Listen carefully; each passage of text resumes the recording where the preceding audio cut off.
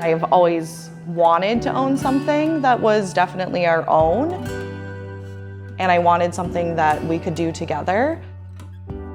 I really wanted to bring in my own family recipes to the restaurant. I really wanted to be able to take the Thai food, evolve it in a way, but then also be able to bring in my own Filipino food and be able to evolve that. We wanted the food to kind of relate that high-end atmosphere.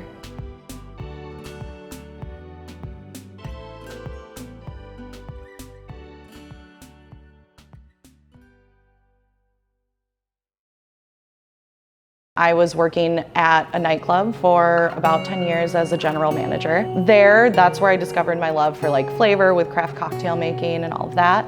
And the pandemic happened. And once that happened and us having to sit at home and chill for a bit, it really made us reflect on our lives a bit and wanting to figure out what the next step was. The building ended up being publicly for sale. And it has been previously for sale for a long time, but nothing legit ever was looking at the space. And then it happened and I called her and I was like, it's for real this time.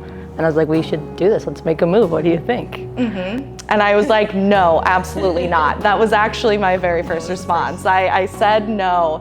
And then we really sat down and thought about it, and I was like, I am capable. I have all of the tools and experience that I've gained from my previous job, and I think we can actually do this, And we ended up buying the building January 2022.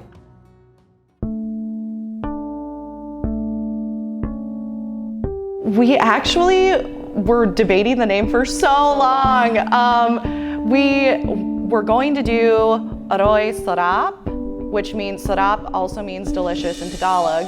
And we were like, but that means delicious, delicious. So we decided to just keep it simple. I had no experience. The most experience I had was through just cooking with my mom in the kitchen, Filipino food. I knew nothing. I did not know what I was doing, but I am a very determined woman. And so I went back there and I just went so hands-on with everything. I wanted to learn every single position. It was leading up to us opening as Arroy. I was panicking, right? You have to do a full menu, and I'm like, this menu is huge. I don't know what we were thinking. I think it's 2 weeks before we even opened. I'm ready to rip all my hair out, right? And I called my mom, and 3 days before we actually opened the doors, put the menu out, I'm like, Mom, my pancit is just not as good as yours, and I need you to come in and train my staff. And she came to the rescue, taught everybody, did a really fantastic job of training all of the staff on how to make that specific dish. But then that day also made us make every single dish that was on the menu, that is on the menu, so she could taste test everything and give it her stamp of approval. And Bendanya, so on the menu it's Bendanya's pancit. Bendanya is my mother's maiden name. I wanted to give tribute to that side of the family for that dish specifically. Were there any Filipino recipes that you brought in that were not going to change a single thing? That definitely was the chicken adobo and the pancit. So I did not alter those whatsoever. Those are family recipes. That is specific from my mother's mouth. It is exactly what she taught me when I was younger and we were cooking for the entire family.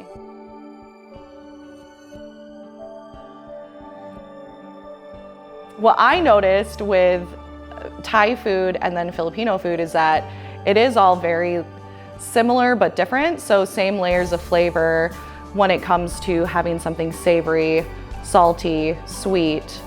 But then Thai food is a lot more spicy versus Filipino food is typically on the more salty, mild side. I don't think people realize how much of an art form Asian cooking is when it is down to how the egg is being cooked. That egg can turn into a paste very fast in a wok if you choose to cook it too fast. And it's all about being patient and really looking at the color, the taste, and the smell. So you're not measuring by, okay, this is going to have 1 teaspoon or this is going to have 1 tablespoon. It's all just measuring off of how it looks.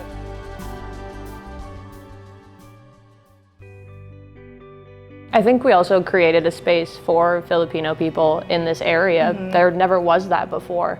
And one day really sticks out in my mind. A lady brought her daughter in and ordered a halo halo.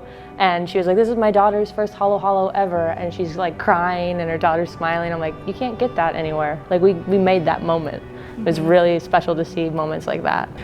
We knew that Thai food was going to work because Saudi was already here for 27 years. So they ran a very successful business. Filipino food, on the other hand, was the most nerve-wracking thing. There are people who, when they first came in, a little hesitant about the menu, just ordering the things that they knew, like fried rice or a pad thai. And then once they expanded and started eating the Filipino food, getting a little more adventurous. What was really important for us with opening this restaurant wasn't only to just create like a safe space for Filipino people and Thai people and Asian people in general, but also to create a safe space for our queer community here.